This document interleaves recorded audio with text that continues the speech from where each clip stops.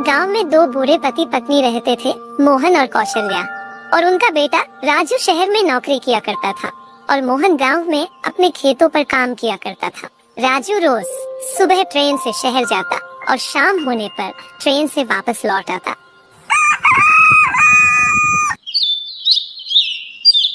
सुनो बेटा राजू, अब तुम्हारी शादी की उम्र हो गई है और अब मैं भी ज्यादा घर का काम नहीं कर सकती, इसलिए बेटा अब तुम कहो तो मैं तुम्हारी लड़की ढूंढ लूं। नहीं माँ, अभी मेरा शादी करने का बिल्कुल भी मन नहीं है।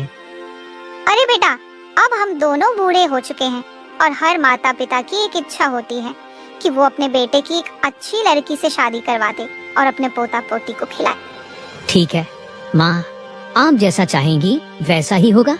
आप जिससे बोलोगी मैं उसी से शादी कर लूँगा।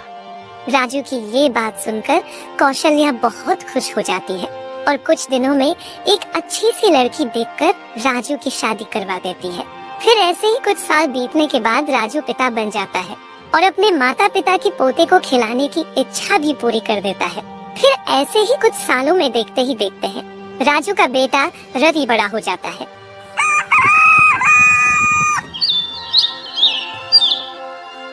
सुनो जी, मुझे अब यहाँ गांव में नहीं रहना, क्यों ना हम तीनों शहर में शिफ्ट हो जाएं? नहीं नहीं मीनाक्षी, मैं अपने माता पिता जी के साथ यही रहना चाहता हूँ। देखो, यहाँ रहने में कोई फायदा नहीं है, क्योंकि आप सुबह जल्दी उठकर शहर चले जाते हो, फिर शाम होने पर घर आते हो और खाना खाकर सो जाते हो। और अब अपना रवि भी बड़ा हो गया है, तो मैं नहीं चाहती कि वो यहाँ गांव में रहकर पढ़ाई लिखाई ना करे। मैं चाहती हूँ कि वो एक अच्छे स्कूल में पढ़ाई करें ताकि वो अपना अच्छा सा भविष्य बना सके। हाँ, तुम ये बात तो बिल्कुल सही कह रही हो। मैं भी रवि को एक अच्छे से स्कूल में पढ़ाना लिखाना चाहता हूँ, लेकिन मैं इस बारे में माँ पिताजी से बात करूँगा। फिर रवि अपने माँ पिताजी के पास जाता है।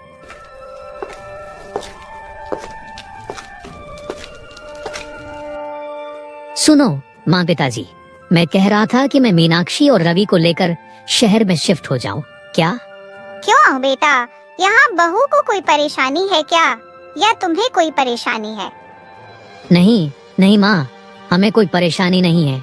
मैं रोज शहर से आना जाना करता हूँ, इसलिए ट्रेन की यात्रा में मैं बहुत थक जाता हूँ। और अब रवि भी तो बड़ा हो रहा है, तो मैं उसे शहर के किसी अच्छे से स्कूल में पढ़ाना चाहता हूँ। यहाँ गाँव में केवल सरकारी स्कूल ही है। हाँ हाँ बेटा, तुम चले जाओ। कौशल्या अब अपना राजू बड़ा हो गया है और अब इसका भी कर्तव्य है कि ये अपने बेटे को अच्छे से स्कूल में पढ़ा लिखा कर बड़ा करे, इसलिए तुम इसे शहर जाने दो।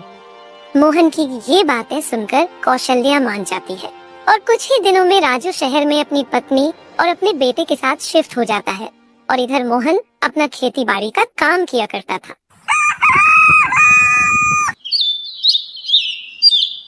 सुनो जी, अब मेरा बेटे बहू बच्चों के बिना मन नहीं लगता और अब आपसे भी खेतों में ज्यादा काम नहीं होता।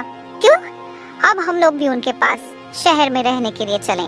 और अब वैसे भी राजू ने शहर में घर ले लिया है। हाँ, तुम बिल्कुल सही कह रही हो। अब मेरा भी शरीर ज्यादा साथ नहीं देता। तुम कहती हो तो हम कल ही शहर चलते हैं। फिर अगले दिन सुबह दोनों अपने घर से निकल जाते हैं। अरे क्या हुआ काका, काकी, आप दोनों कहाँ जा रहे हो? अब हम दोनों अपने बच्चों के पास शहर में रहने के लिए जा रहे हैं। सही है काका, अब आपकी भी उम्र हो गई है, अब आप दोनों को अपने बच्चों के साथ ही रहना चाहिए। फिर दोनों पति पत्नी ट्रेन से शहर चले जाते हैं। आओ माँ पिताजी, और बताओ आपकी तबीयत कैसी है? हम दोनों बिल्कुल सही हैं। बेटा और बताओ, रवि कहाँ है? दिखाई नहीं दे रहा, क्या वो स्कूल में है? हाँ हाँ माँ, रवि शाम होने तक घर आ जाएगा। अब आप दोनों बहुत दूर से आए हो, तो अब आप दोनों थोड़ा आराम कर लो। ऐसा कहकर राजू अपने कमरे में चला जाता है। सुनो जी, माँ पिताजी यहाँ ऐसे अचानक क्यों आए हैं और अब अपने बाहर घूमने जाने का क्या होगा? अरे वो तो मुझे भी नहीं पता, लेकिन 4-5 दिनों में वापस चले जाएंगे। तुम इतना हंगामा क्यों कर रही हो? फिर रात होने भर। दादी, आज मैं आपके साथ ही सोऊंगा और आज आप मुझे अच्छी अच्छी कहानियाँ सुनाना। अच्छा बेटा, तो ये बात है, तो आज मैं तुम्हें बहुत सारी अच्छी अच्छी कहानियाँ सुनाऊंगी। फिर कौशल्या अपने पोते रवि को खूब कहानियाँ सुनाती है। ऐसे ही कुछ दिन बीत जाते हैं। अरे सुनो, आपने कहा था कि माँ और पिताजी 4-5 दिन में चले जाएंगे, लेकिन अभी तक वो लोग गए क्यों नहीं? मैं तो उनके लिए खाना बना बना कर थक गई हूँ। इतना जोर से मत चिल्लाओ, मैं पता करता हूँ क्या बात है। राजू अपनी माँ पिताजी के पास जाता है। पिताजी, अपनी खेती बाड़ी कैसी चल रही है और अभी अपने खेतों का ध्यान कौन रख रहा है? बेटा, इस बार तो मैंने खेती नहीं की क्योंकि अब मेरी उम्र हो चुकी है, मुझसे ज्यादा काम नहीं होता। इसलिए हम दोनों यहाँ आ गए तुम्हारे पास रहने के लिए। अब हम दोनों तुम्हारे साथ यही रहेंगे। हाँ, ये तो आपने बहुत अच्छा किया जो आप दोनों यहाँ आ गए। ठीक है माँ, अब मुझे ऑफिस के लिए देर हो रही है। क्या हुआ? क्या कहा उन्होंने? अब आपके माँ पिताजी यहाँ कितने दिनों तक रहेंगे? अरे थोड़ा धीरे बोलो माँ, पिताजी सुन लेंगे। और अब उन्होंने कहा है कि वो अब दोनों यही रहेंगे क्योंकि अब उनकी उम्र हो गई है। पिताजी से खेती बाड़ी का काम नहीं होता और अब वो बुढ़ापे में मेरे साथ नहीं रहेंगे तो और किसके साथ रहेंगे? अच्छा तो ऐसी बात है, लेकिन मेरे अंदर उनके लिए रोटियां बनाने जितनी ताकत नहीं है। इतनी सारी रोटियां बना बनाकर मेरे हाथ दर्द होने लगते हैं। आपको क्या पता है? आप तो बोल दिए कि वो अपने साथ ही रहेंगे। अरे तो तुम इतना चिल्ला क्यों रही हो? उनके यहाँ रहने से तुम्हें क्या परेशानी है? वो बेचारे तो 2-2 रोटी तो ही खाते हैं। इसके अलावा तुम उनका कौन सा काम करती हो, बताना जरा।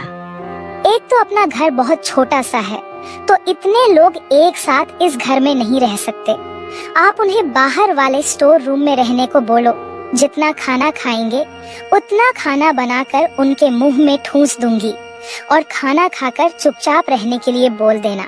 उनसे बचकर तो मैं जैसे तैसे बहाना बनाकर यहाँ शहर आई थी, लेकिन वो यहाँ पर भी आ गए। उस दिन से ही मीनाक्षी उनके ऊपर अत्याचार करना शुरू कर देती है। अरे अब तक आपने यहाँ की साफ सफाई नहीं करी, घर के अंदर की कौन करेगा? हाँ बेटा, तुम चिंता मत करो, मैं अभी कर दूंगी। ये करने के बाद घर के अंदर बहुत सारे बर्तन पड़े हैं, उनको भी आकर साफ कर देना। फिर ऐसे ही एक दिन रात होने पर, अरे सुनो, मुझे बहुत तेज भूख लग रही है। अपने यहाँ खाने के लिए कुछ नहीं है क्या? नहीं जी, यहाँ खाने के लिए कुछ भी नहीं है और अभी बच्चे खरीदारी करने के लिए बाहर गए हैं। बस थोड़ी ही देर में वो अभी आते ही होंगे। जैसे ही वो आएंगे मैं आपके लिए कुछ बना दूंगी, और अगर मैं ऐसे ही वहाँ से कुछ लाऊंगी तो बहू पता नहीं क्या बोलेगी। बस अब आप थोड़ी देर और सहन कर लीजिए। आज तो चलो वो दोनों खरीदारी करने के लिए चले गए, लेकिन यहाँ रोज ऐसा ही हो रहा है। और हम जब अपने गांव में थे तो शाम होने पर खाना खा लिया करते थे और रात के 8 बजे तक तो सो जाते थे। और यहाँ तो रोज रात के 9 बजे के बाद खाना बनता है और मुझसे ये भूख सहन नहीं होती। बहुत भूख लग रही मुझे। अब हम कर भी क्या सकते हैं? तभी वहाँ पर उनकी कार आ जाती है। लगता है वो लोग आ गए हैं। अब आप थोड़ी देर और रुक जाइए, नहीं तो वो बोलेंगे थोड़ी सी भी शांति नहीं है। आते ही खाना मांगने आ गए। काफी देर इंतजार करने के बाद, सुनो, अब तुम वहाँ जाओ ना, क्योंकि अब बहुत देर हो गई है, अभी तक खाना नहीं आया। मुझे बहुत जोरों से भूख लग रही है। फिर कौशल्या मीनाक्षी के पास जाती है। बेटा, आज तुमने अपने ससुर जी के लिए खाना नहीं भिजवाया। काफी देर हो चुकी है, उन्हें बहुत भूख लग रही है। लेकिन माँ जी, मैंने तो घर पर खाना नहीं बनाया। हम लोग तो खरीदारी करने बाहर गए थे, तो हम सबने बाहर खाना खा लिया था। और वैसे भी माँ जी, यहाँ सारा सामान पड़ा था, तो आप स्वयं ही अपने लिए खाना बना लेती। ठीक है बेटा, कोई बात नहीं। अब वैसे भी बहुत देर हो चुकी है, अब तुम भी खाना कैसे बनाओगी? एक दिन खाना नहीं खाने से कुछ भी नहीं होगा। भूखा रहना भी सेहत के लिए अच्छा होता है। चलो अब आप जो, मुझे बहुत तेज नींद आ रही है। आज बहू ने घर पर कुछ भी नहीं बनाया। वो लोग बाहर से ही खाना खाकर आए हैं। आज हम दोनों पानी पीकर ही सो जाएगी।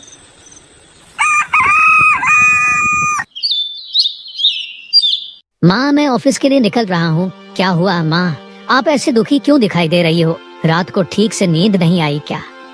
अरे कुछ नहीं बेटा, तुम शाम को घर आते समय अपने पिताजी के लिए कुछ खाने के लिए ले आना।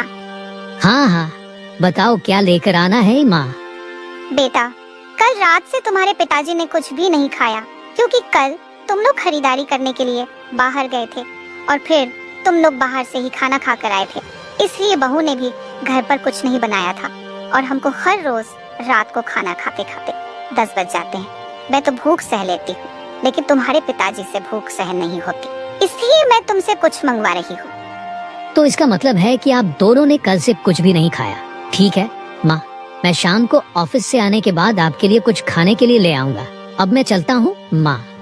फिर शाम होने पर मीनाक्षी, जब हम बाहर खाना खा रहे थे तो तुमने कहा कि माँ पिताजी के लिए तुमने खाना बना दिया है, लेकिन उनके लिए तो कल तुमने कुछ भी नहीं बनाया था। वो दोनों बेचारे रात भर भूखे ही रहे थे। अच्छा, तो इसका मतलब सारी कहानी बता दी। आपके घर आते ही माँ ने आपके कान धर दिए। वैसे भी मैं रोज खाना बनाती हूँ, अगर एक दिन खाना माँ बना लेती तो क्या हो जाता। जब हम कल बाहर जा रहे थे तो तुम तभी माँ को बता देती। अब तुमने इतनी रात होने पर उन्हें बताया तो बेचारी खाना कैसे बनाती। मैंने तो आपसे पहले ही कहा था कि उन्हें यहाँ से भगा दो, लेकिन मुकेश भाई ने अपने माँ पिता को वृद्ध आश्रम में भेज दिया है। अब वो लोग भी खुश हैं और ये लोग भी खुश हैं। पता नहीं मेरी परेशानी कब दूर होगी। और आप चाहे जो बोलिए, अब उनकी सेवा करनी मेरे बस की बात नहीं है। इतना सब करने के बाद भी बातें सुनाई पड़ती है, और अगर आपको इतनी ही चिंता हो रही है तो आप उनको वृद्ध आश्रम भेज दो और हर महीने यहाँ से पैसे भेज देना। बाकी सब वो आश्रम वाले ही देख लेंगे। वो मेरे माता पिता है, वो मेरे ऊपर भरोसा करके यहाँ आए हैं। उनके बुढ़ापे में उनका सहारा बनना मेरा कर्तव्य है। मैंने ऐसा कब कहा कि आप उन्हें छोड़ दीजिए? आप तो बस उन्हें वृद्ध आश्रम छोड़ आएं, और अगर आप चाहें तो हम लोग उनसे हर 5 दिनों में मिलने के लिए चले जाएंगे। इसी तरह रोज घर में इसी बात पर मीनाक्षी और रवि की रोज लड़ाई होती थी। जब ये बात कौशल्या को पता चली। सुनिए जी, आपको पता है बच्चे रोज हमारी वजह से ही लड़ाई करते हैं। वो हमारे लिए क्यों लड़ाई कर रहे हैं? हमारे यहाँ रहना बहू को बिल्कुल भी पसंद नहीं है। वो हमें वृद्ध आश्रम भेजने के लिए रोज राजू से लड़ाई करती है। इससे अच्छा तो हम लोग गांव में ही थे, समय से खाना तो खा लिया करते थे और खुशी खुशी रह रहे थे। और अब वापस गांव जाएंगे तो गांव वाले बोलेंगे बेटे ने घर से निकाल दिया है। हम लोग वापस गांव नहीं जाएंगे, लेकिन हमारी वजह से रोज वो दोनों क्यों लड़ाई करें? इसलिए हम दोनों का वृद्ध आश्रम जाना ही ठीक रहेगा। राजू अपनी पत्नी की वजह से अपने माँ पिताजी को वृद्धाश्रम छोड़ आया। फिर ऐसे ही कुछ दिन बीत जाते हैं। राजू अपने बेटे रवि के साथ अपने माँ पिताजी से मिलने के लिए जाता है।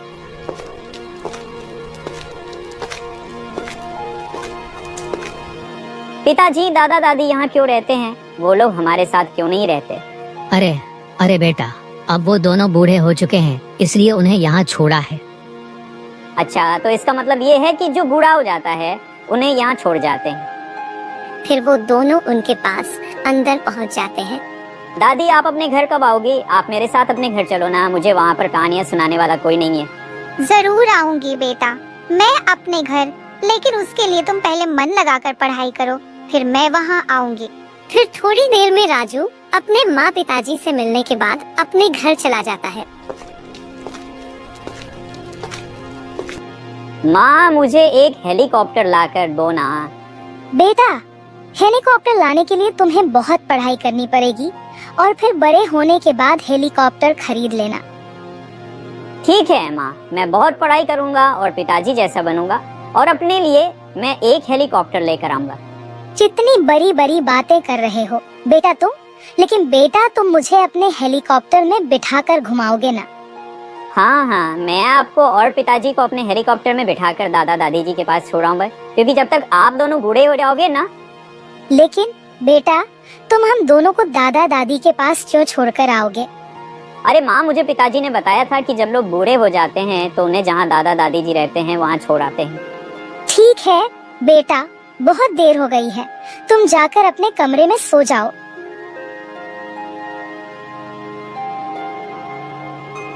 देखो, मैंने आपसे मना किया था ना कि रवि को वृद्धा आश्रम मत लेकर जाना, लेकिन आप फिर भी उसे वहाँ ले गए। वो हमें भी वृद्ध आश्रम छोड़ने की बातें कर रहा है। मुझे तो रवि की बात बिल्कुल सही लग रही है, क्योंकि आज हमने मेरे माता पिता को वहाँ रखा है तो वो कल हमें बाहर रखेगा। इसमें गलत क्या है? नहीं नहीं, मैं वहाँ नहीं जाऊंगी। मुझे तो ये बात सोचकर ही डर लग रहा है। मैं अपने बच्चों से दूर नहीं रहूंगी। अब मुझे समझ आ गया कि आपके माता पिताजी भी बेचारे वहाँ पर कितने दुखी होंगे। अब हम उन्हें हमेशा अपने पास रखेंगे। कल सुबह होते ही हम उन्हें वापस अपने घर ले आएंगे। क्यों? अब तुम उन्हें वापस क्यों बुलाना चाहती हो, वापस लड़ाई करने के लिए? नहीं नहीं, अब मैं उनकी मेरे माता पिता के जैसे सेवा करूंगी। अपने बेटे की बात सुनकर घबरा जाती है और अपनी गलतियां सुधार लेती है। तो दोस्तों, हमें इस कहानी से यही सीखने को मिलता है कि हमें अपने माताजी के बूढ़ी होने पर उनकी सेवा करनी चाहिए, न कि उनके ऊपर अत्याचार करना चाहिए। क्योंकि हम आज जैसा करेंगे वैसा ही भरेंगे, तो हमें हमेशा अच्छे कर्म करना चाहिए। राम राम।